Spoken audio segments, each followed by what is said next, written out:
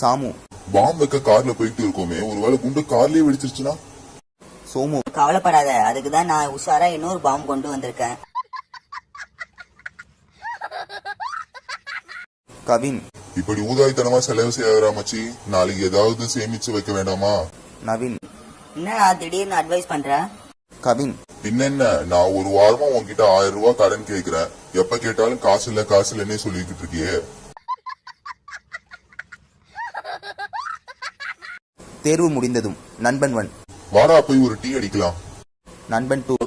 இப்பதானடா copy அடிச்ச, அதுக்குள்ளேயா?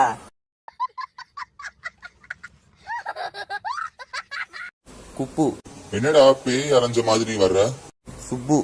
என் wife அடிச்சிட்டாடா. Somu. அவர் பல் doctor இல்ல போலி டாக்டர்னு எப்படி சொல்ற? ராமு. பல்லாடுதுன்னு இந்த டாக்டர் கிட்ட சொன்னதுக்கு பரதநாட்டியமா குச்சிப்பிடியான்னு கேக்குறாரு.